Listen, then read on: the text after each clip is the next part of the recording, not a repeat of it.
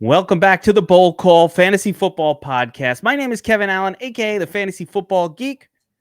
I got Private Shane here with me, and today we're looking at players to avoid drafting in your 2022 fantasy draft. Let's do this.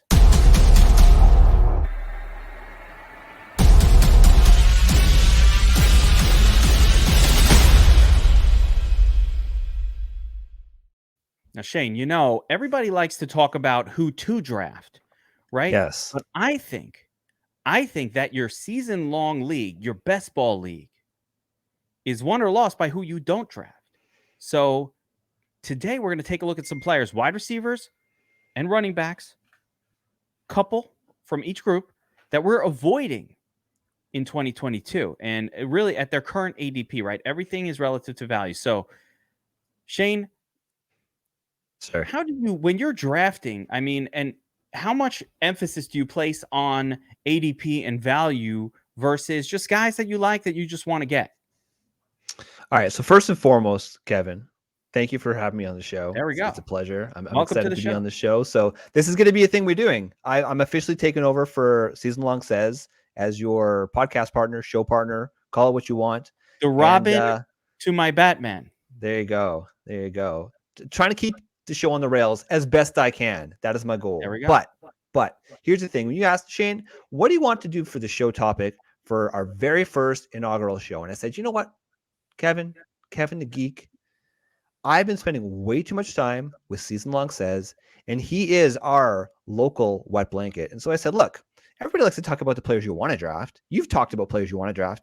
I want to talk about players we should avoid drafting. And so going back to your original question, to be honest, like a bit of a cop-out answer is it kind of depends on where you're actually drafting from, right? If I'm in the middle of the round, say I'm drafting and pick 5, 6, 7 or something like that, I'm going to be a lot more open to drafting guys around their ADPs, right? Obviously players that I prefer. But if I'm on the turn, I'm not going to be afraid, say I'm at 36 or something like that. I'm not going to be afraid to take a bit of a swing on a player that I believe in because a bunch of donkeys say, no, these 4 or 5 players are better than him. Obviously, earlier on in your draft, like we were just talking about how Underdog, like there's literally been drafts going since February. After the NFL draft, they reset the ADPs and got rid of players like Calvin Ridley because, Calvin Ridley was up there the whole time. But it is amazing just how sharp the draft room is, right? So, especially like I like to say first 1 to 7 rounds is when you build your team. So I would caution you to reach early on in the draft because those ADPs are pretty sharp. Take your guys, but don't reach too much. After that, man, yeah, this is really specific to Underdog Fantasy. Yes. Their players are particularly sharp. You could almost use their ADPs as a ranking guide itself because that truly is some wisdom of the crowd. There's still mistakes though that the crowd is making. I've seen a few things. There's a few players that I think are undervalued. I've talked about those in some videos we put out here on the channel.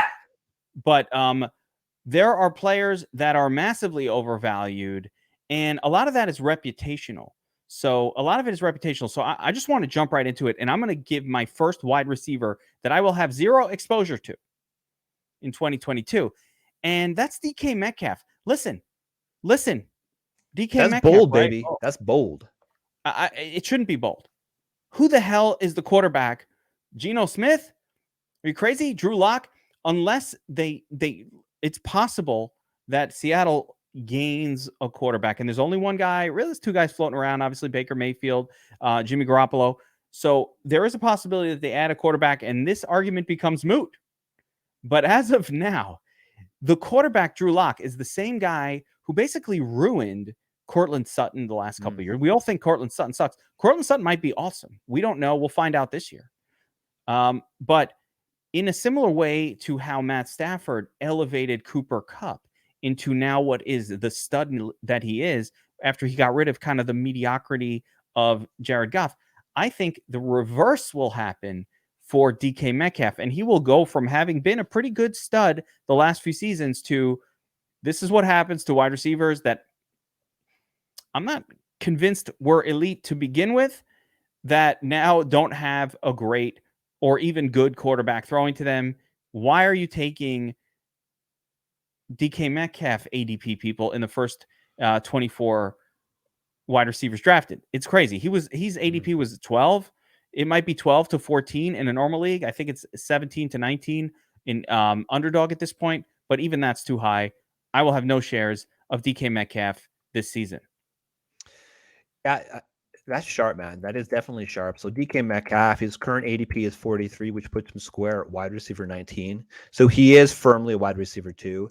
And, again, I think that from a talent perspective, when we actually had a bit of a sample size with no Russell Wilson last year, and we saw what he did. He had a few big games, but then he also had a few absolute duds, right? Where he just completely disappeared. And I don't know about you, Kev, but I had a few DK Metcalf shares on my teams last year, and I was pulling up my hair, man. I don't have a lot of hair. In fact, I have no hair, and it's gone now because I had DK Metcalf on my team last year. DK Metcalf did that to yes, exactly. You'll never see Private Shane without a hat on because of DK Metcalf. And by the way, I'd point out that was with Russell Wilson for a good part of it, although Russ was out. Listen, Russ was a little messed up last year, got the finger issues. But even with Russell Wilson at the quarterback, DK Metcalf, not a good year. Not a good year. What's he going to do with Drew Lock? Worse. So yeah, I think I would say, Kev, like the general public, I think to some degree thinks that like they look at Seattle and say, there's no way that this team is going to go into the season without a quarterback, right? Like, and you mentioned it before the show. Or at the start of the show. It's either going to be Jimmy Garoppolo or it's going to be Baker Mayfield. And Jimmy Garoppolo at this point has basically said, like, I need to be cut or I need to be traded. I need off the team. Shanahan was even saying that just the fact that he had the shoulder surgery, it delayed the fact, but he basically said just last week that, like the plan is to trade this guy. So he'll be gone, but there are other teams. I mean, again, Carolina needs a quarterback too, and they have a head coach that will be fired if they don't win this year. Whereas I kind of think Seattle, I have a slight inkling that Seattle is in DGAF mode and saying, these guys aren't that good. Let's tank the season. Let's get the young quarterback. There's a possibility that they go into the season. I don't think Carolina is really going to try to do that because their coach won't make it through the year. Yeah. Unlike Pete Carroll, that probably has a free pass to do what he does in Seattle. So, all right. DK Metcalf, number 1. Give me a wide receiver. Give me somebody from your list. Who are you avoiding this year at current ADP? So the most obvious one to me has got to be Chris Godwin. He's going at 52 overall, so just a little bit after DK Metcalf as wide receiver 25. So he's not quite a wide receiver 2, but he's effectively a wide receiver 2. Now, here's the thing about Chris Godwin. He had a pretty amazing year last year, right? I mean, he fell off a little bit from the year before. Did he finish? What was it, like a year or two ago where he finished as like the wide receiver 1? So we know the talent is there. He gets Tom Brady. Like, things look fantastic. The problem is, guys, he tore his ACL in week 15 last year. I believe it was like December 19th. And doing a little bit of research. So for the record, go to dfsarmy.com. The link is in the description below. And follow the link. We have an article on some of the players that we're talking about today. And you'll get a bit of more of a detailed breakdown. But effectively, like, the average NFL player takes about 48 to 50 weeks to return after an ACL. So this was based off of a study that was done for players between 2009 and 2015. So obviously, I would say even in that 7-year span, medicine has improved. Okay, but let's just jump to the most optimistic scenario, and he's back in 9 months. That puts him squarely in pretty much September, right? So right at the start of the season. So that's going to be assuming 1, there's no setbacks. Okay. But then 2, he'll have had no practice time. Obviously, he's got that built-in rapport with Tom, but sometimes these players just don't have the same pop. And the way that Chris Godwin wins in the NFL is by a separation. And so I feel like it's hubris to assume that you know better than everybody else, that he's going to go and put up these, frankly, numbers where you're drafting him at. So there's way too much risk when you're taking a player in that range. And like, I know you're not a huge DJ Moore guy, but Rashad Bateman is around there. Cortland Sutton's around there. Juju Smith-Schuster. So there's some good players that are being drafted around him. And at this stage of the game, man, like, it's just go elsewhere. Like, maybe if you're drafting in August and we get more news on it, but right now the risk level is too high. So I'm out on Chris Godwin as ADP, and that kills me I love Chris Now, Godwin. I think we all do. There's a great philosophy that says it's hard enough getting through the season Yes. uninjured without starting off your season with a bunch of injured guys like that. If you've played fantasy football long enough, you know, Godwin ain't coming back September 1st. So it's already October, and they're saying, well, maybe next week he's coming back. So now we're a week into October, but you don't want to play him his first week back. He still needs to get into playing shape. Now it's 2-3 weeks.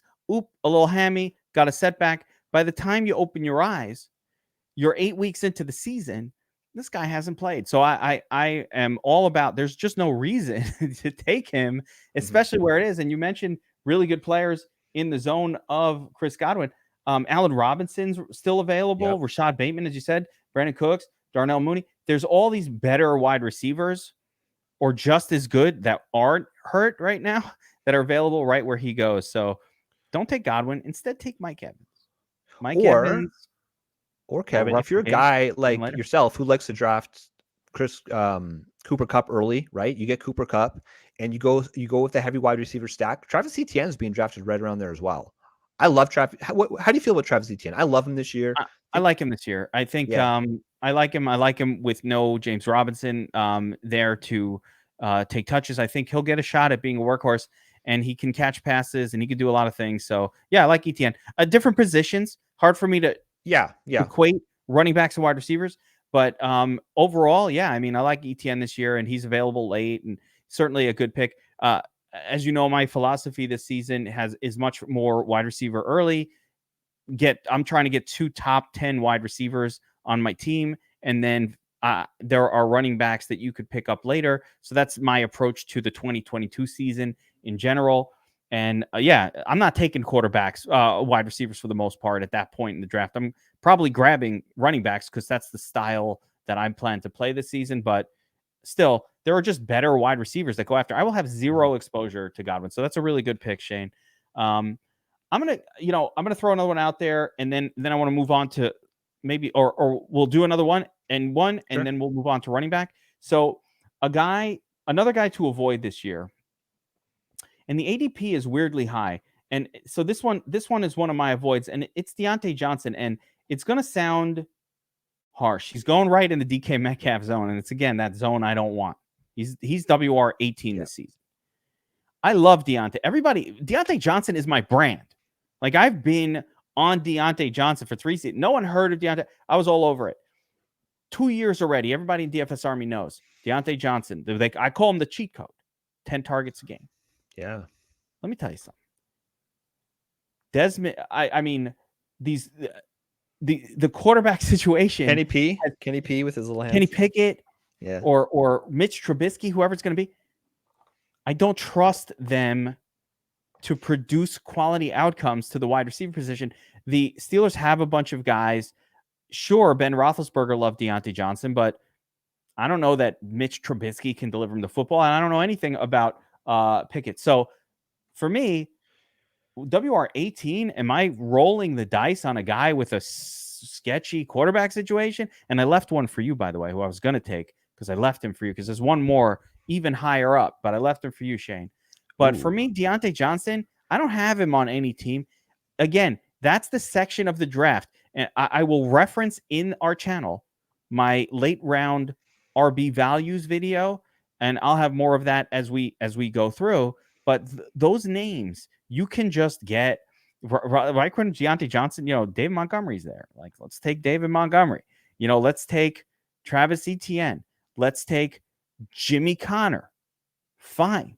There are all of these running backs that you can get at that point in the draft. I'm not touching Deontay Johnson this season. He wasn't a touchdown guy to begin with, and now you're taking away the volume passing that Ben Roethlisberger brought to the table, and I just think he's going to be a disappointment. Yeah, so I'll be honest with you. I like Deontay. I'm a big Deontay guy, but the fact that you're a little bit off him it certainly gives me a little bit of pause.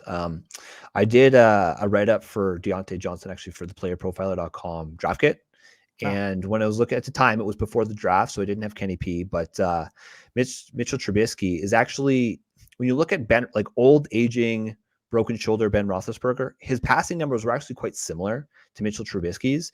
And so just the fact that they have such a low ADOT. You're saying an old broken Ben Yes, who couldn't deliver the correct. football more than like 7 or 8 yards with any sort of accuracy. It's the same as elite peak Mitch Trubisky. At least Sounds Mitch about right. Trubisky in his last year. Okay, the thing about Mitch Trubisky, he was such an interesting player to watch because he had his moments. I mean, like Kev, like your bread and butter is DFS, right? Multiple weeks, Mitchell Oh, Trubisky yeah. was in the Millie Maker at DraftKings. So I mean, he had his moments. It's just that he was so bloody inconsistent.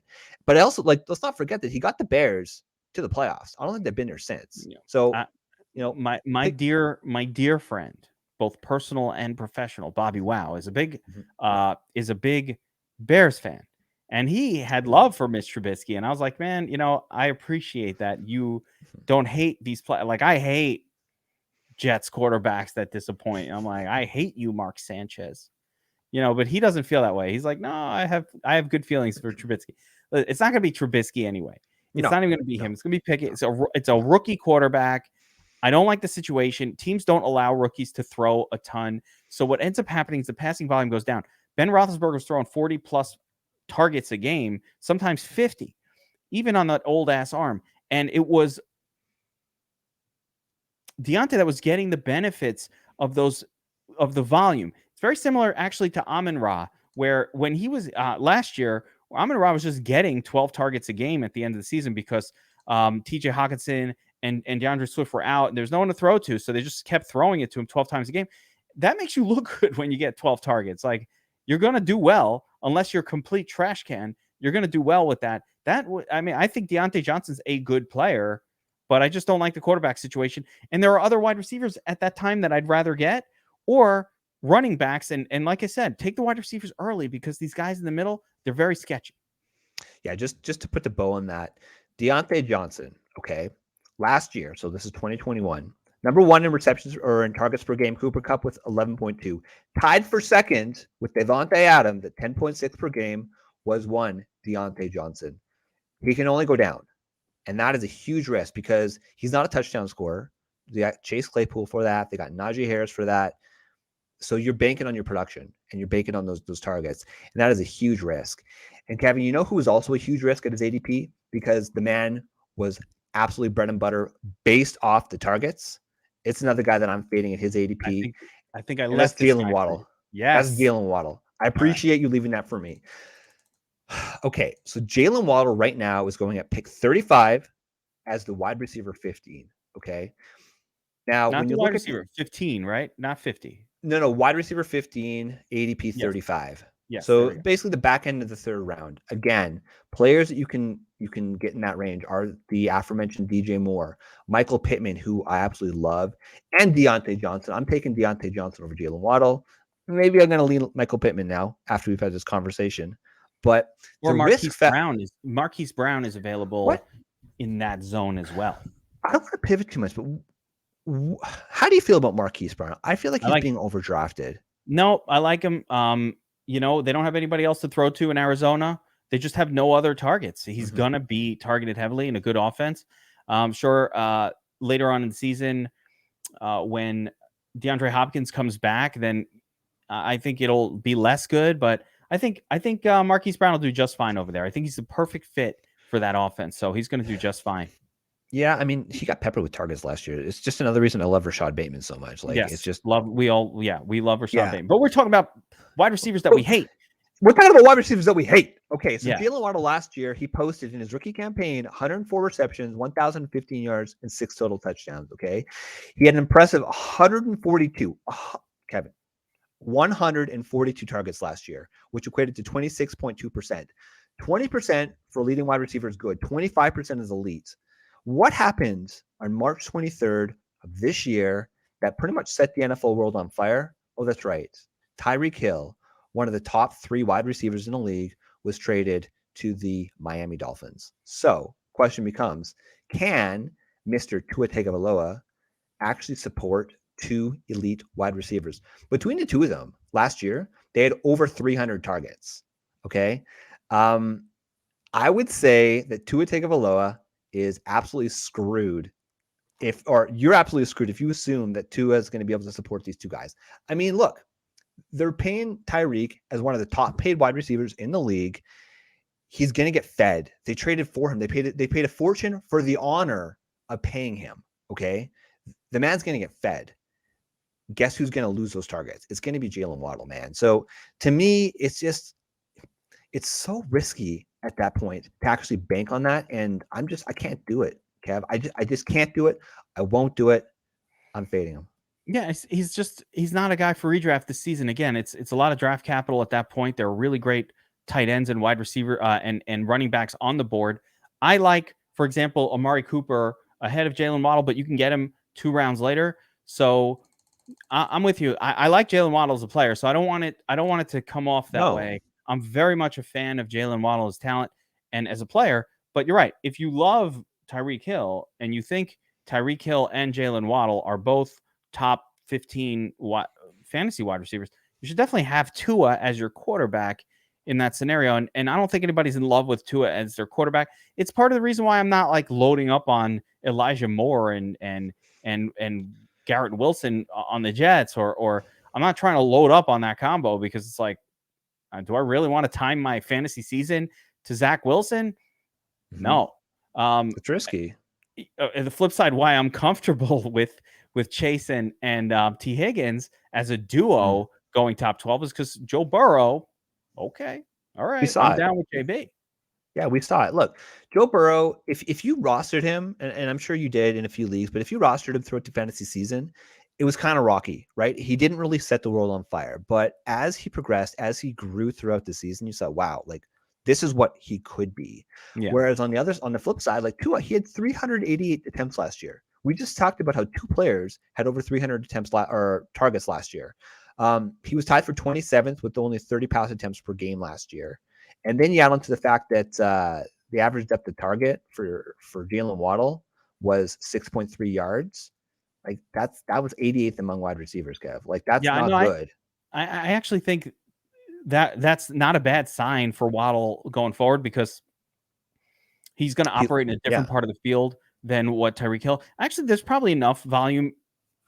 But basically, again, we're hoping on Jalen Waddle, not Jalen Waddle, Tua, taking a major step forward in his talent, in his skill set, in his playing ability, because last season the team would try to hide him for the most part. They wanted to run the foot. They didn't have any running backs, but they wanted to run. It's weird. They don't have any running backs, but they want to run the football in order to hide him. And by the way, with the Bengals, and going back to the Joe Burrow and the ebbs and flows of the season, what happened was, if you observed the coaching tendencies, a lot of this comes back to coaching tendencies. The coaching tendencies in neutral situations early in the season, they were very run heavy. One of the run heaviest teams in the league in neutral. All right. We understand teams, when they're behind, they throw more. When they're ahead, they tend to run a little bit more. Situation neutral, when they're not, where it's kind of in the middle. The Bengals start out the season one of the most run heavy. Later in the season, towards the end, that flipped and they went very pass heavy in neutral situations. So I think it was just a buildup of trust by the coaching staff in Burrow that allowed for that adjustment to happen, because it was a palpable and real adjustment. There was, I think we had enough data to call it not noisy about their situation neutral rushing or passing rates. And it definitely went up as the season went on because they gained trust in Joe Burrow, and he obviously rewarded them with being awesome. Joe Cool. Yeah, and I mean, obviously they got Joe Mixon in Cleveland or in Cincinnati, excuse me, but I mean, Joey B is going to throw the ball. Whereas it's funny you mentioned the fact that Miami had basically no running backs last year. So they go out, they get Chase Edmonds, they get Myles Gaskin, who I think is coming back, Raheem Mostert, Sony Michel. So now they just have a schwack of just a bunch of nobodies. They got all those guys. They still have nothing. All right. So we talked about some wide receivers that we aren't drafting. Now let's talk about some running backs that we are avoiding in 2022. I think, again, avoids are really, really important, and no one likes to talk about avoids. They're important. I think who you aren't drafting is just as important as who you do draft. So with that being said, Shane, give me a running back. Give me a top 24 guy that you're like, no, this ain't happening. Not in my watch. Okay. Let me At their preface current this by ADP. yeah. To be Okay, let me clear, to preface, yeah, because everyone, what do you mean you don't yeah. like? At their As, current ADP. all right, Kevin, you're sitting down. So this is a good thing. Okay, you're sitting down. Okay. Uh-oh. Is this So going to be you a talk. very bold call? Concerned. I'm going to say I have one share of them in a tournament, in the puppy tournament, because you got to get a little bit crazy. You got to hope. The probability of winning the puppy is so low. You kind of have to take swings on guys that you might not want to take swings on. I had the 2 spot in the draft. I was picking at 102, and I chose Christian McCaffrey. Here's the I'm thing not about Christian avoiding him. McCaffrey. Sorry, I'm down with CMC. Oh, I got no problem with that. If I've got a top 6 pick, I feel like there's way too much risk to be taking Christian McCaffrey. Now, obviously, the upside is massive, but for those who watched him for the last 2 years, it was extremely painful not having your top pick on your team. We've seen it, okay? And then what did they go out and do? Like they went out and they acquired other running backs. So I feel like they're going to go and take away some of the opportunities. So now, obviously, Carolina, if they're smart, because we just talked about it, right? Like they're playing for the careers. Matt Rule is playing for his career, but Foreman, who they wouldn't have picked up, he actually played very well last year for Baltimore. They have Chuba Hubbard, which I mean, No. It's Foreman. Chuba was shit. He was shit last year. He was not good. He'll Donta take a Foreman step though forward. played well for his team, and every year away from that Achilles injury is another year a little bit better. Yeah, no, he looks explosive, but I'm just look, if I'm picking that early in my draft, I'm going to go JT1, and then I'm seriously considering one of those top 3 wide receivers, whether you prefer Justin Jefferson, Cooper Kupp, Jamar Chase. I'm far more open to going after one of those elite wide receivers who we know is going to get the volume. Obviously, Cooper Kupp had an absolutely magical season last year. I don't think it's a reasonable expectation to expect him to be there at that peak level this year, right? It's not a reasonable expectation. However, there's that level of certainty. When you're drafting one of these top wide receivers that early in the draft, they may not come out as a wide receiver 1, but they're probably going to be a top wide receiver 3, 4, 5, right? I think it was Antonio Brown way back in the early 2010s where he had multiple years as a wide receiver 1. But generally speaking, it doesn't happen. Michael Thomas had that magical season. Things are perfect, right? Things have to be perfect to get that magical season. It didn't happen. So I'm just, look, if Christian McCaffrey falls to me and I'm like, pick 6, 7, yeah, I'm going to snap call on him. But we're talking about being bold. We're talking about players that worry me. Christian McCaffrey is right at the top of that list, man, where you have to draft him at number 2 overall. Yeah, I mean, that's the positive part of the argument. And I've already made the argument that Cooper Kupp should be the number 2 overall pick. So anybody that's after, if you're taking Christian McCaffrey or anybody ahead of him, to me, that's the wrong play. Christian McCaffrey, though, I don't mind it. You're taking a risk in terms of a guy that's been injured the last 2 years in a row, and it could happen again. Who knows? Why is he hurt all the time? I don't know. He is a hardworking, like, supreme athlete in elite physical condition, though. I don't think he's getting hurt again. Like, just because he got hurt the last 2 years, I'm fine with McCaffrey. It actually doesn't bother me. The pick, I'll give you a guy, though, who's right up there. So we're keeping it bold. And again, I've already said, regardless, at his current ADP, I would not have McCaffrey either because I'm taking Cooper Kupp there. He's my number 2 overall, maybe number 1. But I'm sticking with the top guys because this first round is a little sketchy for the running backs at ADP. And I have a few that I hate here. I want to throw a bunch of names out. I don't like Mixon where he's being taken. But Austin Eckler, especially in Underdog. So we're talking about the Underdog half-point PPR tournament. Austin Eckler, RB3, going player number 3 or 4 overall. That to me is absolutely bonkers. And the reason I like his team. I certainly like the Chargers to score a lot. But Austin Eckler does not score a lot of touchdowns. I mean, this is not a touchdown scoring player. And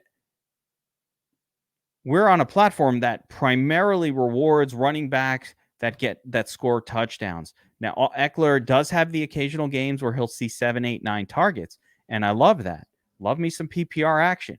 But they just drafted Isaiah Spiller as well. They finally have kind of like a real backup that they want to spell him. They do. They want to spell him.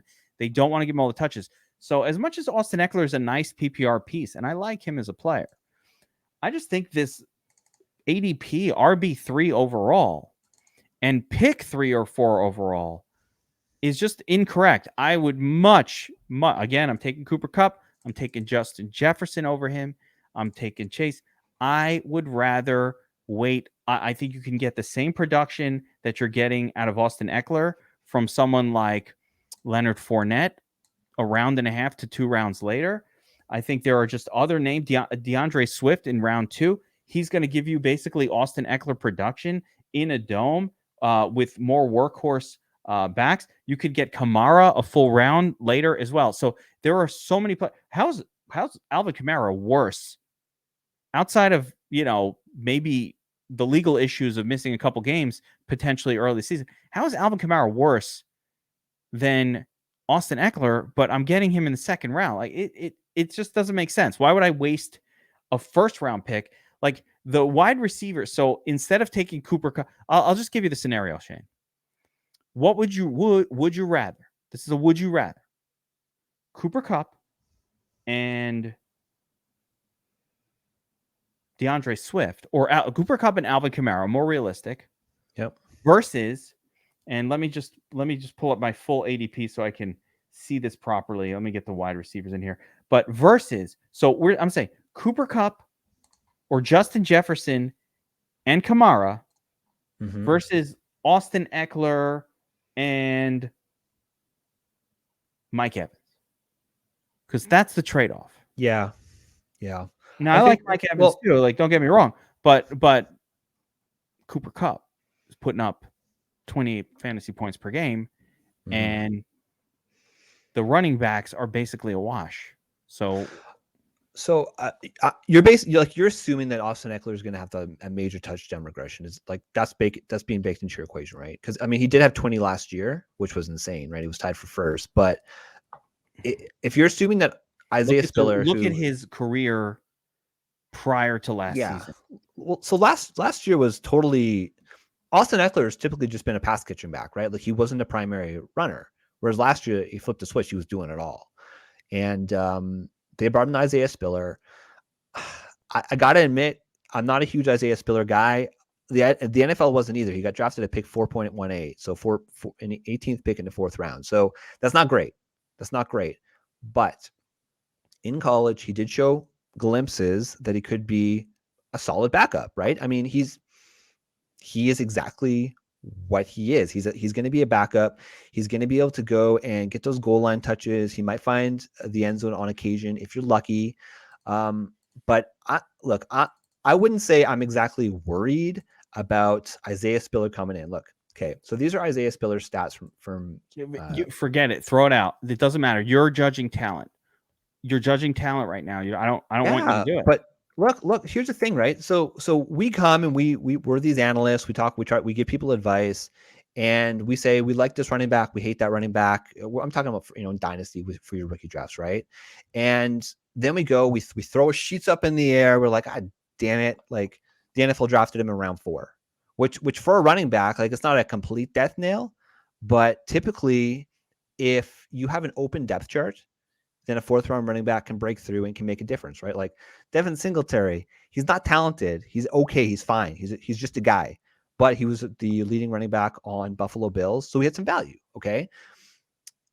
Isaiah Spiller is contending with Austin Eckler, and Austin Eckler is he's an elite running back or whatever you want to call it. Like, yes, he's a running back, but he's really just a really good wide receiver that happens to play running back. That's how I like to view him. And so for me, Austin Eckler, he came out this offseason.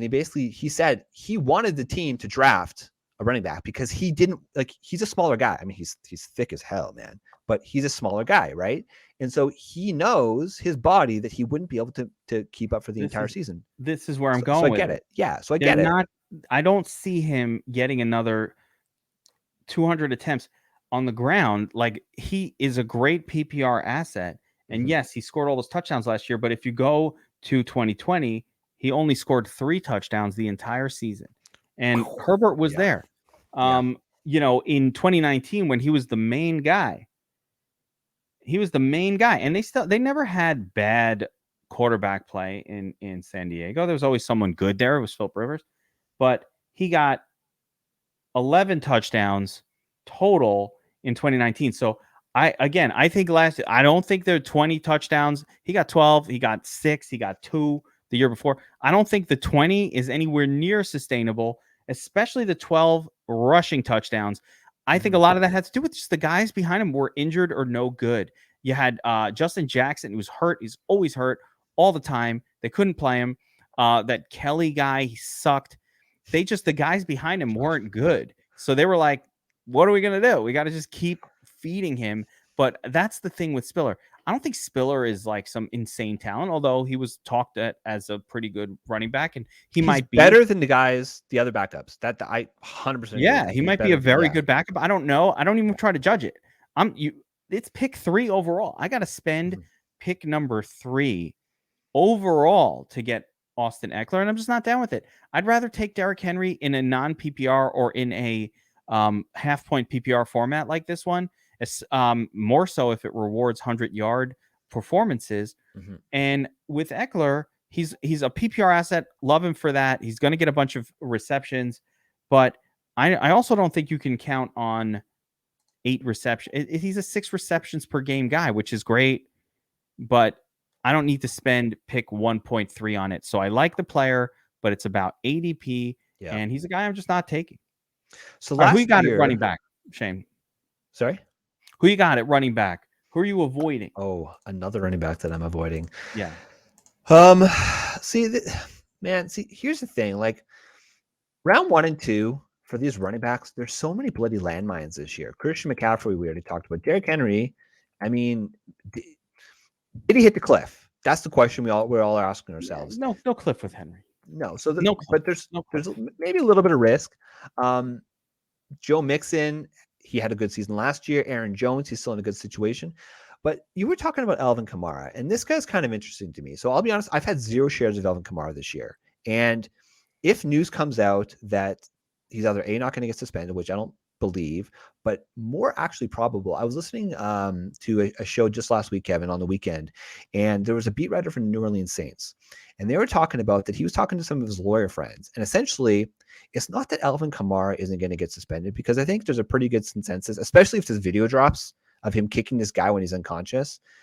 That he's going to get suspended. Probably. I mean, come on, kind of idiots. I mean, he had it coming. But Alvin didn't do it. There's actually Kamara didn't do that shit for no reason.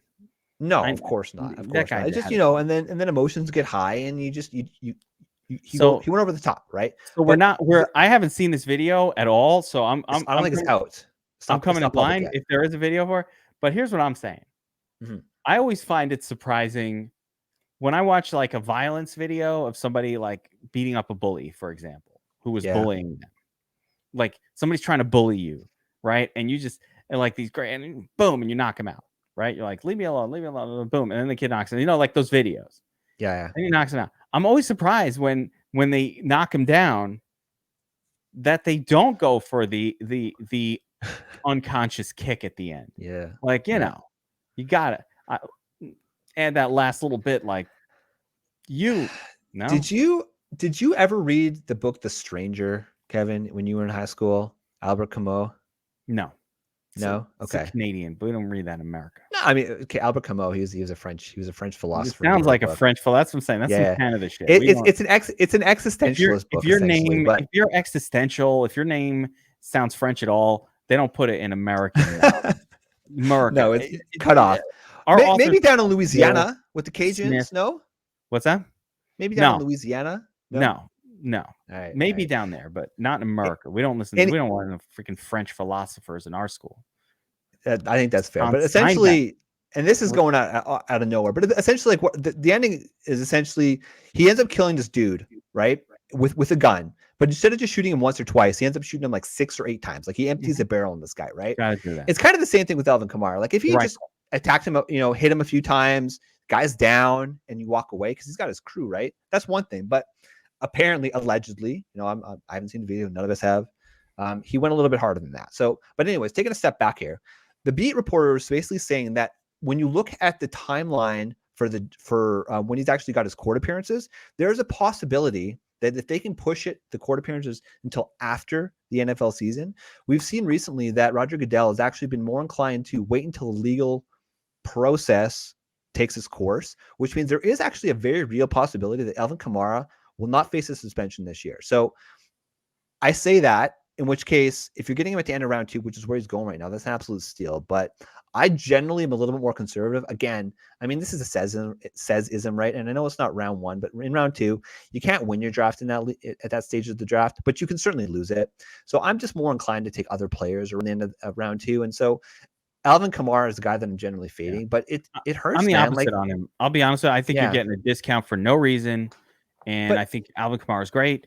And I like that he's late. He's in my group of why I don't need to take the first round guys. Yeah. Like for me, I don't have a problem. And by the way, I'm fully prepared if he had to sit out 3 games. No big deal. Okay. Yeah, 3 games wouldn't be bad. Here's the thing though. Your risk tolerance is far different from my risk tolerance. Like for one, like you were the guy trading for Deshaun Watson last year. You're like, bring him on, baby. Give me that discount. That's just your style. So yeah, no, absolutely. I get that. I believe strongly that when you're building your fantasy team, you're essentially compiling a set of assets together. And we all start with the same amount of capital to acquire our assets. So if I'm paying full value or overpaying for an asset, that taps into my capital.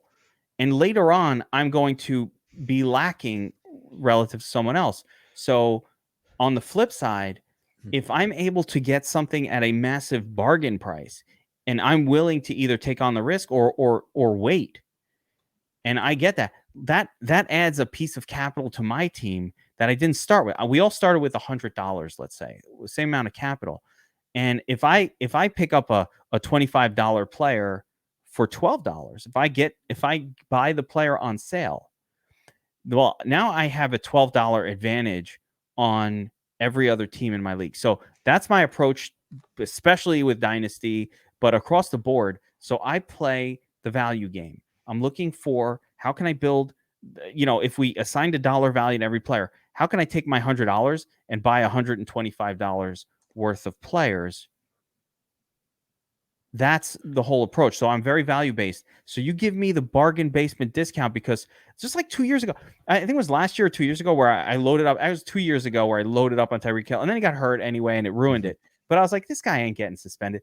And I was getting him in the 7th round of best balls. I was like, oh my God, I'm going to win so much money this year. Yeah. And of course he got hurt the whole season. It didn't work out, but I should have made all the monies and the process was correct. So I feel that way about Alvin Kamara. I don't get why he's dropped. I actually think his situation's better.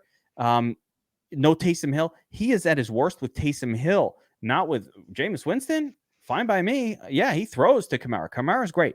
I love Kamara. I am not avoiding him where he's at. Again, I'd rather, and again, I'll give you a player who I do want to avoid, and I'll take Kamara instead. You keep Joe Mixon. Yeah. I don't want him. It's not to say he didn't have a good year. Joe Mixon was a part of 6 Millie Maker winning lineups in 2021. Wow. 6 times. But there's a reason that he was in all those lineups, like from an ownership perspective, is because when he wasn't taking down the Millie for you, he really wasn't doing much at all. He's an all or nothing player. The team will not allow him to pass protect. He can't pass protect. So he has to come out of the game, and his best games came when Samaje Perine was injured, and he had to play the full game. So to me, I think that Joe Mixon in the first round, again, just take Justin Jefferson, Devontae Adams there. You want to take the wide receiver early. These guys are not replicable later on. There's no AJ Brown waiting in the 6th round. There's no Justin Jeffersons there. There's none of these lockdown wide receivers. There are running backs. You can get Kamara at the end of the 2nd round. You can get Leonard Fournette at the end of the 2nd round. You want to take the elite wide receiver in round 1. I don't need Joe Mixon there. Joe Mixon is just a guy to me. He's not that different from Swift or Jones or Kamara or Fournette or even Saquon Barkley if he stayed healthy. They're all kind of the same guy, and you can get those guys with your next pick. So I'd rather spend that earlier pick. It's not to say Joe Mixon's bad. He just probably should be towards the end of the second round, not midway through the first. It's not right. Too much money. I think what's hilarious, you can't help but, get parallels between the Super Bowl, where it's like what Cincinnati's on their last drive of the game, and who do they have in a bloody game? Not Joe Mixon. They had Samaje Perine in. Like, what? Joe Mixon cannot pass protect. Exactly. He can't be out there. He's got one of the worst grades in the NFL in pass protection, so they don't play him. I was baffled for years. Why are they taking Joe Mixon out of the game? Is Joe Mixon? Yeah. Like, why are they doing this? He's good at catching the ball. He's a good pass catcher. So I was like, why are they taking him out in third down situations? This is fucked up. Those are the juiciest running back situations, or in the hurry up. Like, I want my running back in the game in the juicy situation. So yeah, Joe Mixon, no bueno. They don't keep him in on passing plays. Again, acknowledging that Joe won people Millie Makers 6 times last season. It doesn't matter. It doesn't matter because A, those other games weren't great, and B, the capital that you're expending to pay 1.7 for this guy is better spent at wide receiver, because the same style running backs are available a full round and even 2 rounds later. That's how I see it. So I'm out on Mixon. I'm out on I'm really out on Eckler too. I get why people like him. 20 touchdowns last year. I'm out on it. I'd rather take, and we get flamed for flaming top guys. You're going to see people like, you're fucking crazy, you're stupid, whatever. And then I just win my leagues every year. 2 words, Kevin. Opportunity cost. That's what it's all about. Look, yeah. I'm with you, brother. I still am so reluctant to draft Joe Mixon. Last year, I was out. That was it. I went on my pedestal and I said, I'm not going to take Joe Mixon. Kind of got burned by it, unfortunately. But this year, so I was just in a draft, and I think Joe Mixon fell to me to like 2.4. At that point, it's like, look, I'm not in on Joe Mixon, but sometimes, I'm the kind of guy who's going to pay 30, 40, 50 types of best balls, right? So I'm taking Joe Mixon there, right? Because the value fell. So range of outcomes, you got to do it. But if you're in one draft and Joe Mixon's going at 1.7, no thanks, man. No thanks. Yeah, that's fine. Totally fine, by the way, if you're midway through the second round and he's there and you're getting a bargain. But this is about against current ADP. And for the most part, I'm not taking a Joe Mixon in round 1. Shane, I think that's it. I think we got it covered here. So some wide receivers to avoid, some running backs to avoid this year.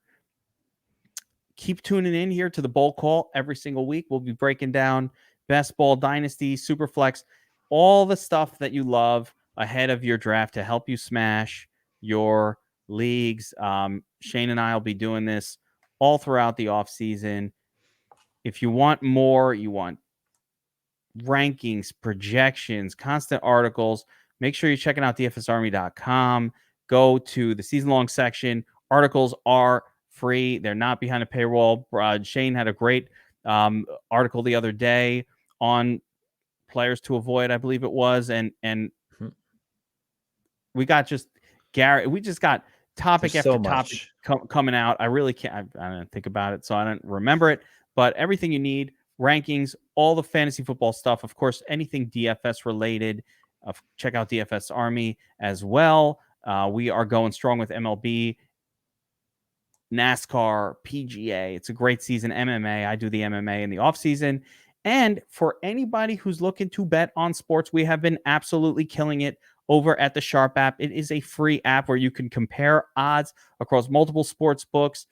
We have models driven by Skynet, a neural net machine learning computer so smart that I fear one day Skynet will decide that carbon life forms are no longer necessary.